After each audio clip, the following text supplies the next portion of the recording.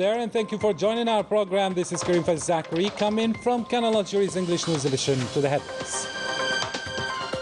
A company in the commune of Shalghoum Al Eid produces quality photovoltaic panels but does not manage to impose them in the international markets due to customs, yet with the new exports law investors are more optimistic. Mouloud Hassan and his classmates from the University of Saad Dahlab managed to prototype the use of renewable and environmentally friendly energies in the field of construction.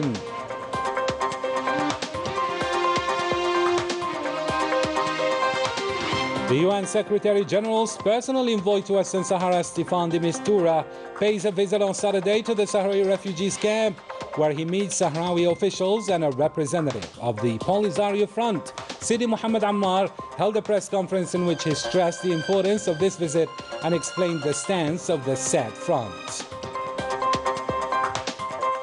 Then finally, we head to the Douala in Cameroon, where our special envoy, Said Flak, compiled a report about the national football team, who's getting ready for the next fixture, due to be held on Sunday against Equatorial Guinea, after the whole national team tested COVID-19 free.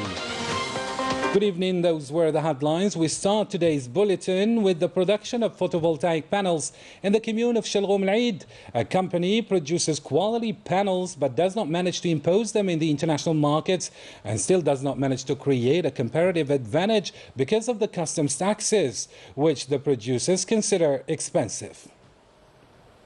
Not less than 300,000 photovoltaic panels are manufactured each year in this factory of Shalghoum Al Eid in Mila province, a company specialized in the renewable energies present on the market since more than 4 years. It is today one of the biggest producers of solar panels in Algeria. We manufacture monocrystalline and polycrystalline photovoltaic panels. These panels are in demand on the market for agriculture, schools, and even many renewable energy projects.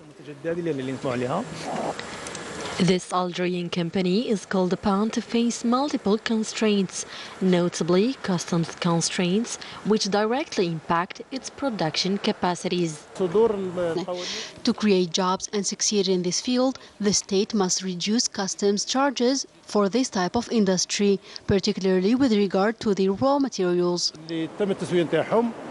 The energy transition is a good thing for Algeria, and many companies have made it priority to preserve the environment and rationalize energy resources. To ministerial activities now. On the eve of the start of the proceedings of the General Conference of the Energy International Agency, Energy Minister Ben Attou Zian took part via video conferencing in the proceedings of the 12th ministerial session. He affirmed that energy transition constitutes today a strategic axis for Algeria, the objective being to succeed the renewable energies integration in consumption rate of 30% by the horizon of 2030.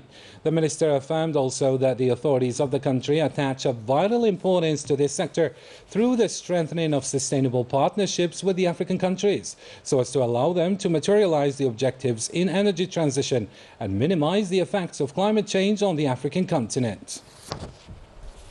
The use of renewable energies and environmentally friendly energies in the field of construction is raised by the student Mouloud Hassan and his classmates from the University of Saad Dahlab in Blida province. More details in this story by Rania Al-Bahri. From now on, it's possible to adopt smart home technology in our country, thanks to Mouloud Hassan and his classmates from Saad Dahlab University. This smart home contains advanced control devices that are energy-saving and environmentally friendly. It enables the owner to control lighting, heating, blinds, and various other devices through one unified system. Our project is located in the center of Ghardaya Palace. We wanted to have smart buildings controlled with smartphones, which enable us to control electricity, heating, and lighting. Club members are looking for economic spaces that encourage their innovations. We can keep pace with advanced technologies. We have the capabilities, but we need support to realize these projects on the ground. The participation of fresh researchers in these exhibitions is an opportunity to exchange experiences with experts in the field and create partnership with economic operators in the construction sector. As part of the efforts deployed to revive the economic sector, investors of Borj province have embarked on producing our own local melamine plates as well as television motherboards. The details with Melissa Kubash. With an aim to reviving the economic sector and promoting local production, Algeria has started to produce its own melamine plates instead of importing them all the way from China, as it is the case in this company situated in the province of Borj.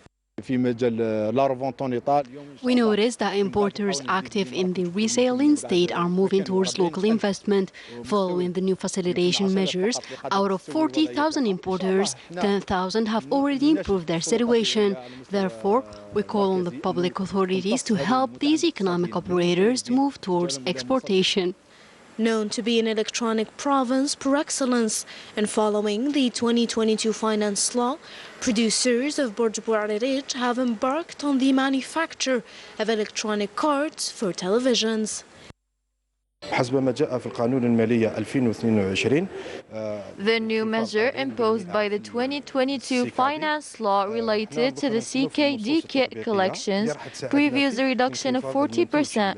We're waiting for the implementation text that will allow us to sell our products at almost 30% less, which will help us preserve jobs and create others for the benefit of university graduates and increase the technological integration rate. Several measures are welcomed by investors and project leaders, namely the removal of bureaucratic obstacles and the recovery of industrial land. We've proceeded to the recovery of more than 70 hectares of land, which allowed to revive the industry and reduce unemployment rate from 13 to 10%. Relaunching the local industries will allow the Algerian companies to reach local and international markets and deliver products of quality up to international standards. To be competitive, our companies need to expand. We invite you to discover how the advantages offered by Ghelizan Industrial Zone helps do just that and attracts investors and capitals. A new highway close to the port of Mustaqanam offers other advantages to investors with the condition of creating jobs for the inhabitants of the region. Let's follow.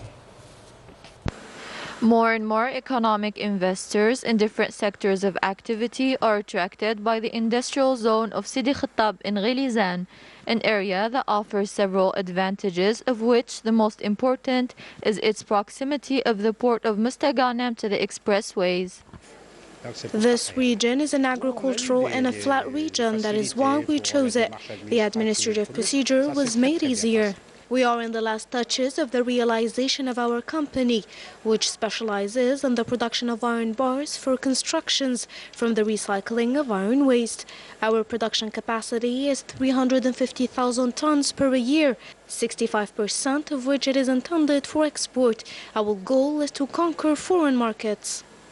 To attract more investors, the local authorities support investors administratively. In return, they are expected to create new jobs in the region.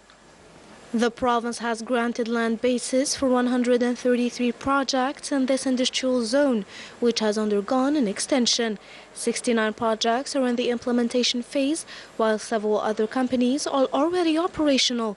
This is the case of this factory, which was at a standstill in recent years, before resuming its activity after having won a contract with the Sonashra Group. Functional companies have created about 4,000 jobs position. Another 10,000 jobs will be created in the future. The completion of the development work will propel the industrial zone of Sidi Khattab to the rank of an attractive economic pole that will participate in the economic recovery at the regional and national levels. And that was Leticia Sidqawi reporting. To COVID situation in Algeria now, 596 new confirmed cases of coronavirus, 319 recoveries, as well as 10 deaths were recorded in the last 24 hours in Algeria, according to a communique by the Health Ministry, who keeps reiterating that getting vaccinated is the only way to curb this pandemic once and for all. Moving on, still with COVID-19 and in Constantine like elsewhere in the country, the health protocols are sometimes forgotten or neglected. To remind passengers using public transport of the imperative to wear a face mask and social distancing, brigades of the National Security Forces organized an awareness campaign. The details with Rania Al-Bahri.